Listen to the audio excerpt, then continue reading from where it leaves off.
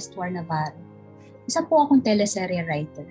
Naging bahagi ako ng writing teams ng shows ni Marian Rivera, Angel Locsin, Erich Gonzalez, Piolo Pascual at marami pang iba. I love creating characters na susundan ng mga manonood ng ilang buwan o taon. Pero ngayon, co-owner na ako ng isang small business ng healthy coffee which we sell online. Creative writing ang kinuha kong course sa college because I really thought I would spend my whole life as a writer.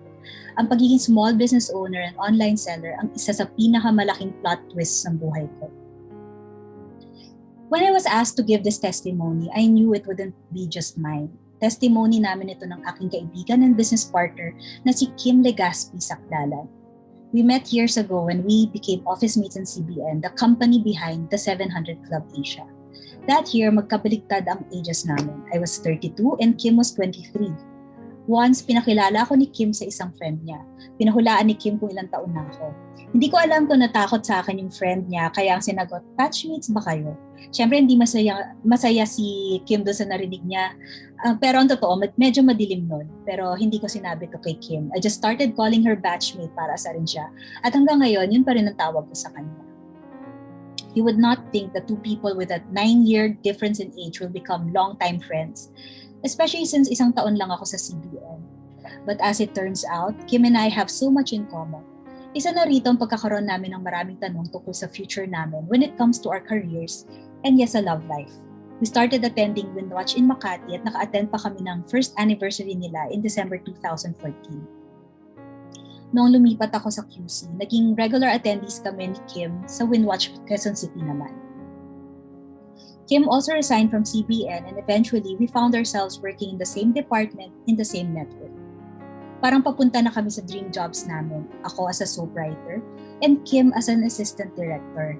Kaya sa Windwatch, mas madalas kami mag-inquire tungkol sa love life namin kasi zero kami doon.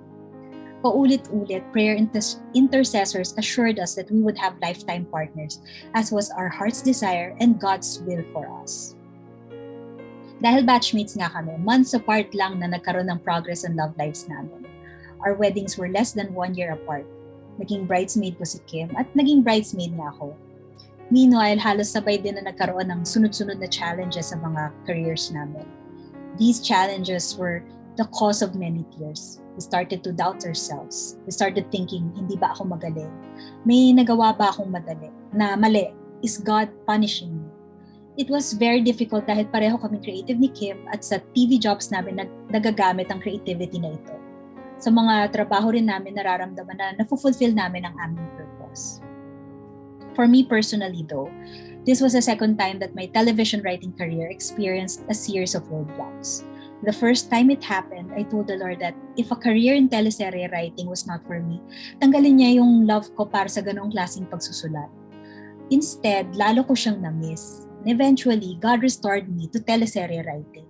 But this time, may napansin ako sa sarili ko. Para bang nawala na ako ng amor sa pagtatrabaho sa TV. Nawawala na yung passion. Hindi ko na makita ang sarili ko na magtatagal doon. Ayun ako ilalaban ko ang TV writing career ko at that point. It would be because ayoko magmukhang talunan. In other words, it would be just about pride. As it turns out, Kim was also going through the same thing. Na I told her, hindi kaya nangyayari ito because God is preparing our hearts because He is taking us somewhere else. Then in one of her assignments, Kim met the owner of a manufacturing company na dating nagtatrabaho sa TV bilang isang executive producer. Nagkaroon agad ng affinity si tita kay Kim kaya sabi niya kung gusto ni Kim na magsimula ng negosyo, tutulungan niya to kahit maliit pa yung puhunan niya. Kinuwento ito ni Kim sa akin, sabi niya magsosyo kami. Just like me, Kim did not have business, hindi siya nag-business course in college. And aside from some online selling, wala rin siyang experience sa pagnenegosyo. But true to her word, in-accommodate kami ni tita. She guided us through the steps we needed to come up with our own product that we can sell. The planning stage was exciting. We had to choose a name for our business, but we couldn't agree on one until Kim suggested the name Mireya. It is the feminine version of the Hebrew name Amaraya, which means Jehovah has said. Mireya is also a Spanish name meaning miracle.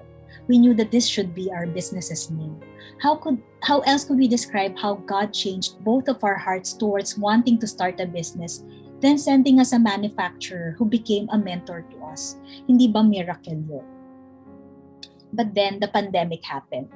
We experienced delays doon pa lang sa pagpaprocess ng mga permits namin. Then we learned na hindi pala ganun kadali ang process ng product development because we wanted to come up with a product that has integrity. Healthy instant coffee mix ang gusto namin ibenta. Pero hindi pala madali ang pag-formulate nito while using only the healthiest ingredients. Marami rin akong iniyak ng panahon na ito. It felt like naglalaro lang kami. Negosyohan lang. Ganon.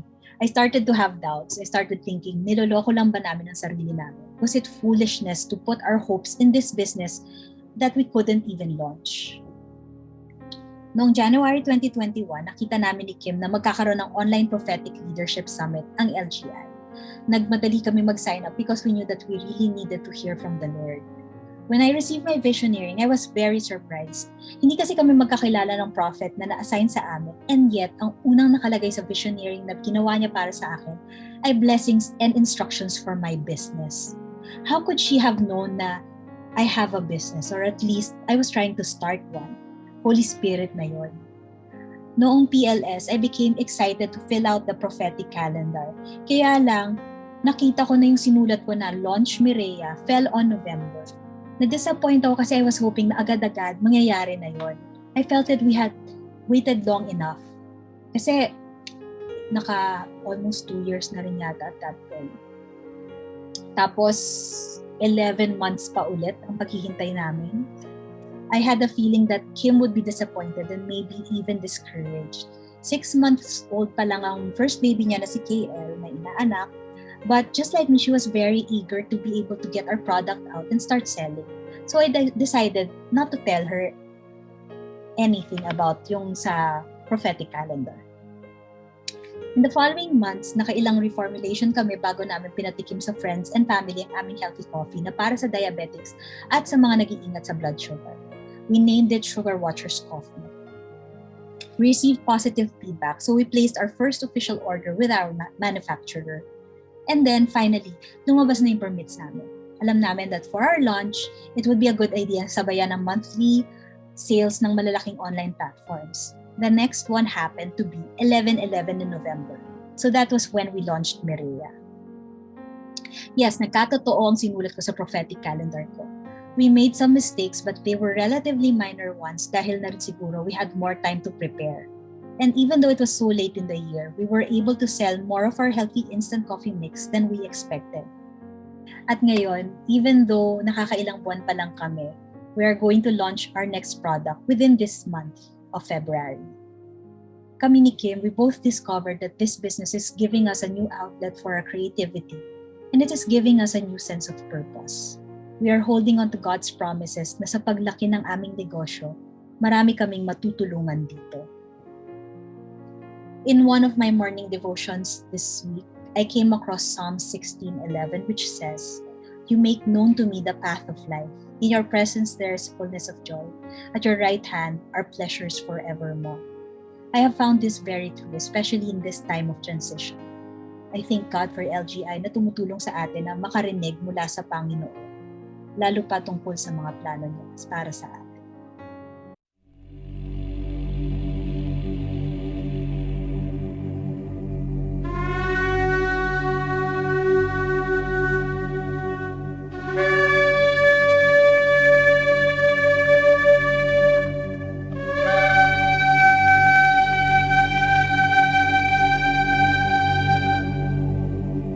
יברכך אדוני וישמרך. יאר אדוני פניו אליך ויחונקה. יישא אדוני פניו אליך וישם לך שלום. The Lord bless you and keep you. The Lord make his face shine upon you and be gracious to you. The Lord lift up his countenance upon you and give you peace.